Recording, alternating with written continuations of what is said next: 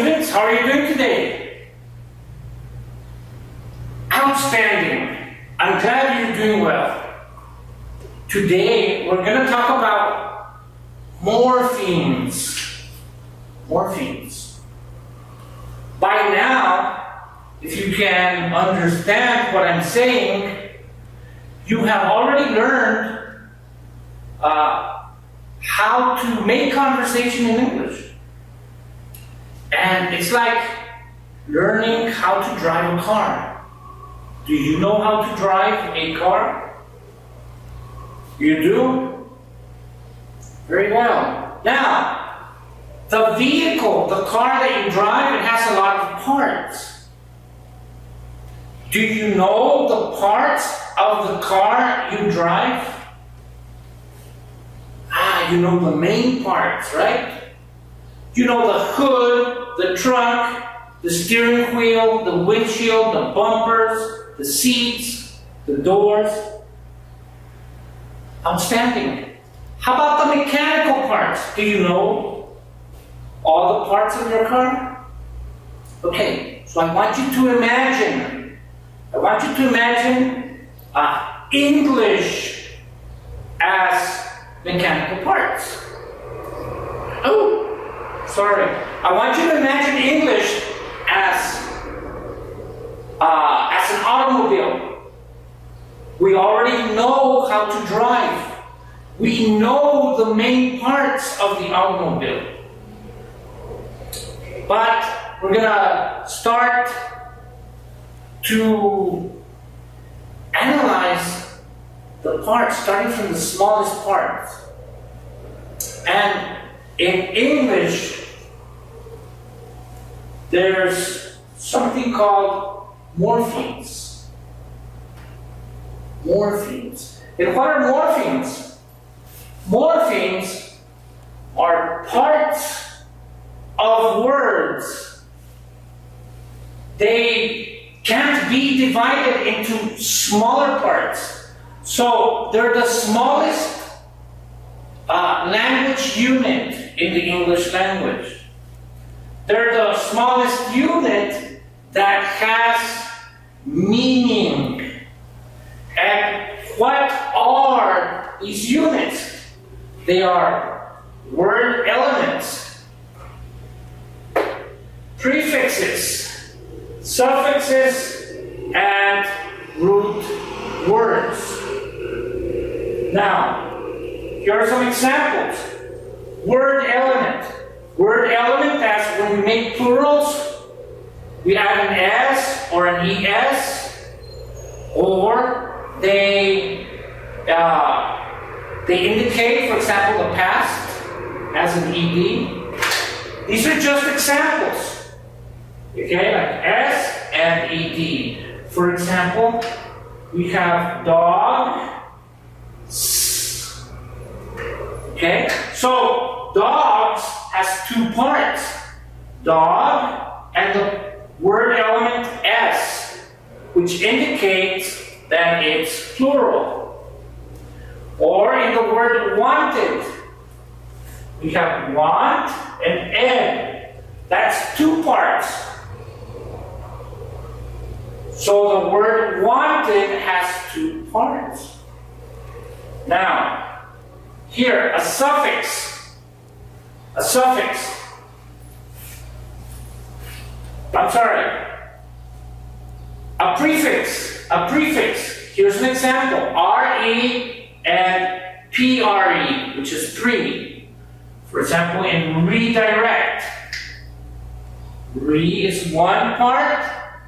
Direct is another part of the word. Preview. Pre is one part.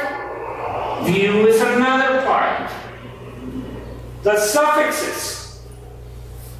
Here's just some examples. Un and ill. There are many prefixes. There are many suffixes. Okay? Un, like in unable. Un is one part. Able is another part. Ill is one part. Legal is another part.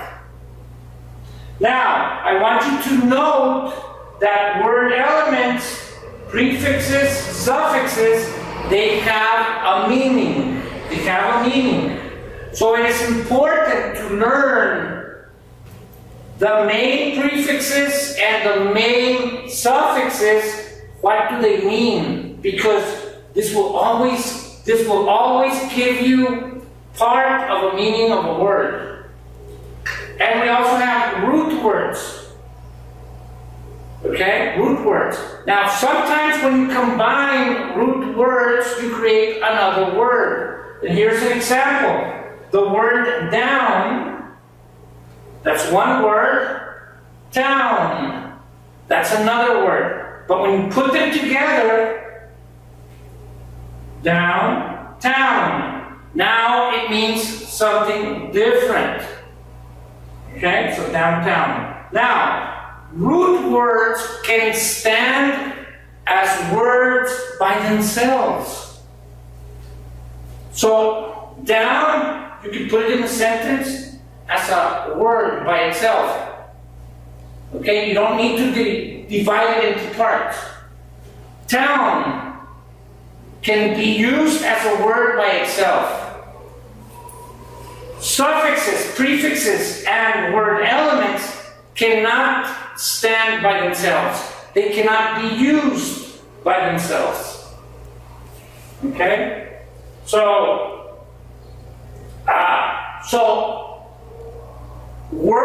a word can be a morpheme.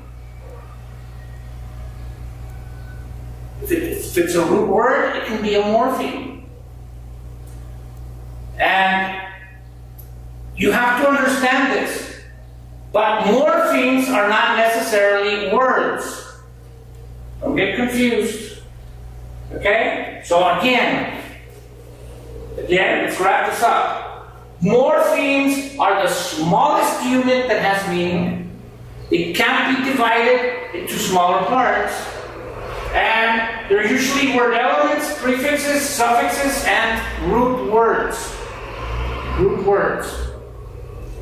Okay? So, now, some words may have 2 or 3 morphemes. They can have more than one morpheme. More than 2 morphemes. And some people call these grammatical units. Some people call these suffixes. The word elements.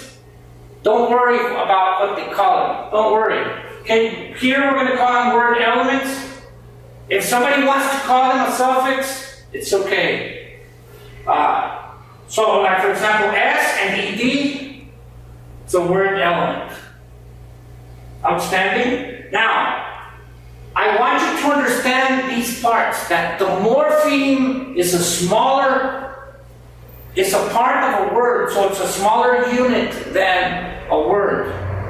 And some words that are very small, they can be used as morphemes also. Okay, so learn this.